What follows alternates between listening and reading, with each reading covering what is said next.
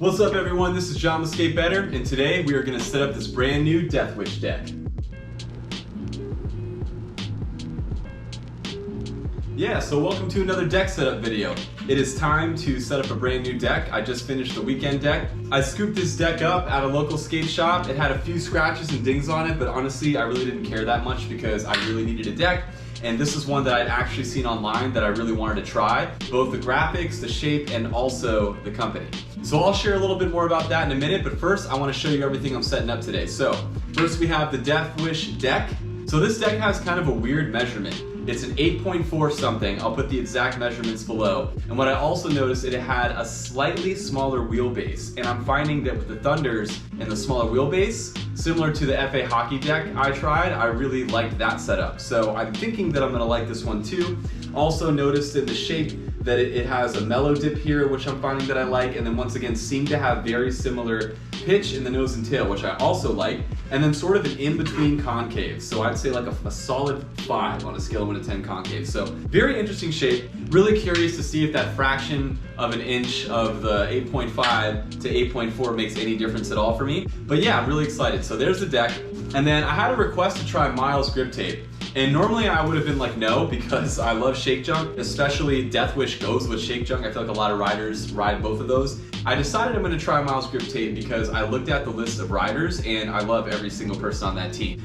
Every rider on that team is pretty freaking awesome. So I was like, they gotta be doing something right. I'm gonna try it. I will do a full review on the Miles grip tape, so know that that is coming in, I'd say about probably a month or so, because I have to try it, obviously. I'm also really curious that Miles grip tapes gives you this little razor here, and I want to see if it actually works. So I will be trying to set up this board with the razor today. So for the trucks, I'm gonna stick with the 149 Thunders. They are made for an 8.5 deck, and I usually ride 8/3, so this should feel perfect. And then for the wheels, I switched from the Nomads, which was the last shape and company, the OJ Nomads I was skating, back to a Formula 4 Spitfire 52 Classic 101, because I've never really tried like a 101 Duro, and I am having the most fun time with these wheels at the skate park. Like my timing, everything feels perfect. I think 52 is just a good size for me. But anyways, I will do a review on these if you all want it. So let me know. I've never reviewed an actual classic Formula 4 Spitfire, and I think compared to every other shape I've ridden so far, there are significant pros and cons to this wheel as well, and I'm just like loving it right now, so I might do a review on it anyway. For bearings, I am gonna switch out the bearings. I've been using Bronson Ross for the past like 6 months, the same bearings, and they're getting a little squeaky. I just cleaned them out a month ago and they're still like squeaky again, so I'm gonna replace them. We're gonna try these. So this is the Ondelay Swiss bearings. So I like the team of Ondelay bearings. I feel like it's a pretty solid team. I was curious to try the Swiss version. So these were not cheap. These were like $45 bearings. They're actually more expensive than the Bronson Ross, but a little bit less than the Bone Swiss. So I'm really curious to see how they're gonna perform, how they're gonna function, and I will absolutely do a review on these bearings so you all can see what that's like. And then last but not least, I'm going to reuse Diamond hardware because there's no reason to change out this hardware. I was using a silver bolt up front, and I think because this deck has, it's gold. I don't know if you can see that because of the lighting, but it's like a gold shimmer. I'm gonna go back to the gold bolt because I think that'll look cool. All right, but without further ado, let's get this deck set up. So first things first, I'm gonna remove this little sticker. I also noticed something interesting. So I removed that sticker, and underneath the sticker, I don't know if you can see this right here, but it actually says 838, and it's like carved into the deck a little bit. So that's cool. I don't know if Baker boards do that. I know it's the same distribution, so I'd be interested if they did, but I like how they put that there, and I think that's good to know because I was thinking this would be more like an 8.5, but it's looking like they're saying it's gonna function more like an 838. But first things first, we're gonna apply the grip tape. And then once again, we're gonna see what this little razor is all about. I'm gonna tell you right off the bat, this does not feel like it's gonna do anything. It's plastic, so probably for safety reasons, but I'm going to try cutting it, and then if I get like halfway around and it's just not good, I am gonna switch to something else that is better. All right, something right off the bat is I don't see any perforation holes in this grip tape, so that's a little concerning, but we're gonna throw it on and see what happens and hope for the best. Maybe I just can't see them because they're so small, but I'm telling y'all, it doesn't look like there's perforation holes, so I'm gonna try and do my best to get this on without any air bubbles.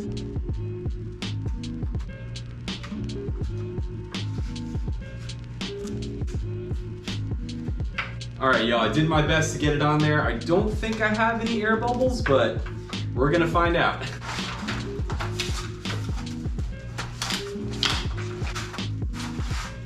All right, so grip tape is on. I'm gonna make my outline and then go for the cut.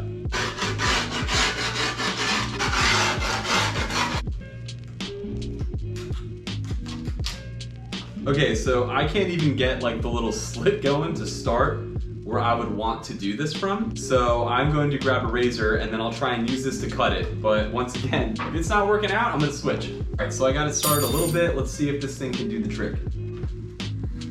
Okay, so I just went in and tried to cut some of it with this, and it immediately like squished the grip tape into the corner and kind of like bent it a little bit. So I'm over it. I'm not gonna use that razor. I'm switching over to a real razor and I'm gonna cut this grip tape.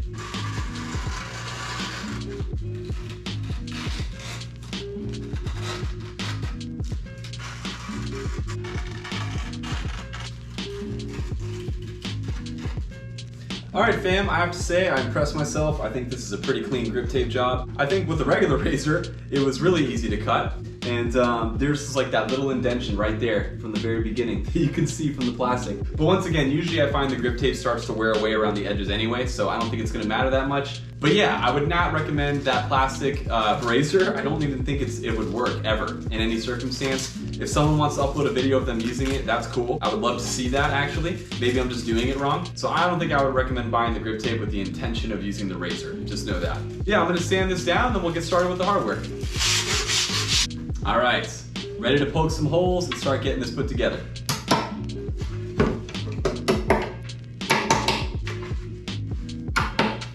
All right, holes are poked. We're gonna put the trucks on, then I'll do the bearings and the wheels, and then we should hopefully be good to go.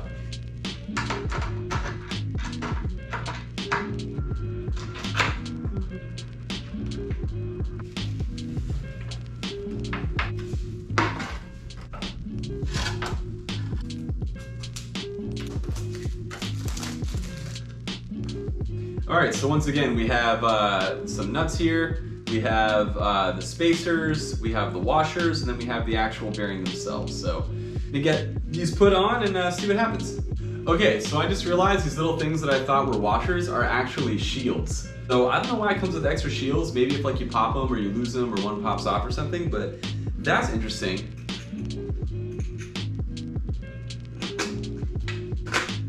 Okay, so I just put the bearing spacer on, and it's like the wheel isn't turning right, so I feel like something is unaligned. I did bearing, and then I put the spacer in, and then I put the last bearing on, and I pushed in. So if I did something wrong, you let me know, but I need to get this deck set up, and I don't want to spend forever. I'm going to remove the bearing spacers until I can figure out maybe exactly how they're supposed to function, and then I'll switch them out.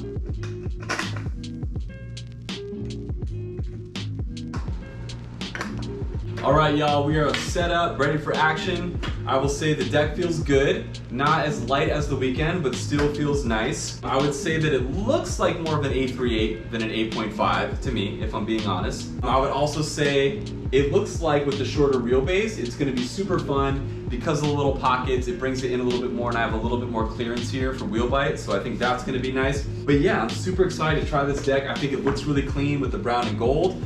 We got the Spitfire Formula 452 Classic 101s, the Andale Pro Swiss bearings, diamond hardware, and then of course the Miles grip tape. So super excited to give this deck a shot. I will say, oddly enough, I had one wheel back here that is not rolling. I don't know why. Yeah, this one stops early, so I'm gonna have to figure out if it's like the truck or the washer or whatever's going on, but all the other bearings seem to be all right. So yeah, super excited to give this a shot. Of course, I'll do a review on the bearings and then also the grip tape and the deck in the future, so y'all know what that's like. And yeah, if you enjoyed this setup, please like, subscribe, and comment. I appreciate y'all. Take care. See you next time.